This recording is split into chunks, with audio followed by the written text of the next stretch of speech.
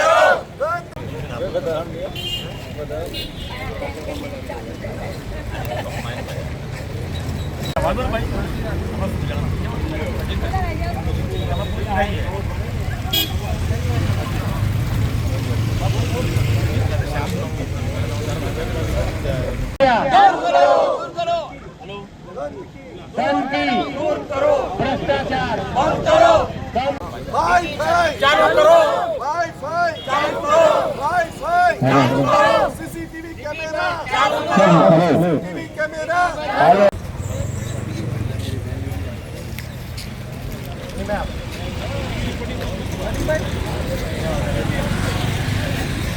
મોડાસા શહેરમાં નાગરિકોને મૂળભૂત સમસ્યાઓ છે. રસ્તાઓ ખાડામાં છે. ટ્રાફિક સિગ્નલ તો ઘણી બધી જગ્યાએ બંધ છે. સીસીટીવી કેમેરાઓ બંધ છે, જેના કારણે ગુનાખોરી વધી રહી છે. અને પાણી માટે વોટર એટીએમ જે ખાલી શોભાના ગાંઠિયા સમાન છે, તે બધું કાગળ ઉપર જ સારું લાગે છે. નગરપાલિકાએ કરોડો રૂપિયાનું બજેટ વાપર્યું, પણ હકીકત શું? લોકો હજુ પણ તકલીફ ભોગવી રહ્યા છે. કોંગ્રેસના નેતાએ શું કહ્યું, પહેલા તે સાંભળીએ.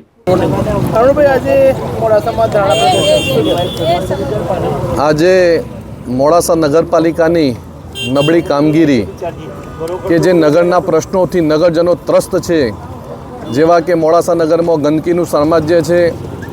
સિટી બસ જે ચાલુ હતી એ સિટી બસ પણ બંધ કરી દેવામાં આવી છે.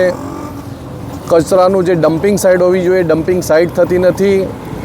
પાણીના જે પીવાના એટીએમ જે લગાવેલા મોડાસા 4 રસ્તે અને સાઈ મંદિર પાસે એ પણ બંધ હાલતમાં છે. ગંદકીનું સામ્રાજ્ય તો મોડાસા નગરપાલિકામાં ઠેર ઠેર જોવા મળે છે. નગરપાલિકા જે રિવરફ્રન્ટની ખૂબ મોટી જાહેરાતો કરેલી, એ રિવરફ્રન્ટ પણ હજુ કોઈ એનું અસ્તિત્વ નથી. સાથે સાથે સીસીટીવી પણ બંધ છે. મોડાસા નગરપાલિકાની હસ્તક જે મોડાસા 4 રસ્તા છે ત્યાં જે સિગ્નલની સુવિધા લાખો રૂપિયા ખર્ચી અને જે નાખવામાં આવે આજે એ ટ્રાફિકની સમસ્યા પણ જશે છે. એટલે મોડાસા નગરજનો મોડાસા નગરપાલિકાની કામગીરીથી બિલકુલ ત્રસ્ત આવી ગયા છે. એટલે મોડાસા નગરપાલિકાના જે શાસક પક્ષની ઓખ ઉગાડવા માટે કોંગ્રેસ પરિવાર દ્વારા આજે ધરણાનો કાર્યક્રમ યોજવામાં આવ્યો છે.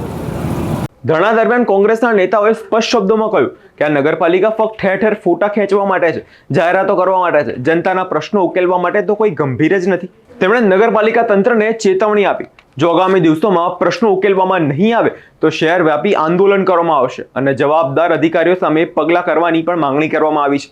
લોકો પણ ધરણા સ્થળે મોટી સંખ્યામાં જોડાયા હતા. એક મહિલાએ તો કહ્યું પાણી માટે અમને રોજ લાઇનમાં ઊભું રહેવું પડે છે, વોટર એટીએમ બંધ છે. બીજા નાગરિકે કહ્યું કે નગરપાલિકા અધિકારીઓ ફક્ત કચેરીમાં બેઠા છે, મેદાનમાં ઉતરતા જ નથી. અવાજ સામાન્ય નાગરિકોએ શબ્દોમાં છુપાયેલું છે તેમનું દુઃખ. મોડાસા શહેરના નાગરિકો આજે પ્રશ્નોનો બોજ તળે દબાઈ ગયા છે અને જ્યારે પ્રજા રસ્તા પર ઉતરે છે એ સ્પષ્ટ સંકેત છે કે તંત્રની નિષ્ફળતા તેમાં દેખાય છે. કોંગ્રેસે આજે ધરણા સરકાર અને નગરપાલિકા બંનેને ચેતવણી આપી છે. જો સમયસર જનપ્રશ્નો નહીં ઉકેલાય તો ધરણા પ્રદર્શન હવે આંદોલનમાં બની જશે. તમારો શું અભિપ્રાય છે તે કમેન્ટ કરી જરૂરથી જણાવજો અને અમારી ચેનલ નિર્ભય ન્યૂઝને લાઇક, શેર અને સબસ્ક્રાઇબ કરવાનું ભૂલશો નહીં.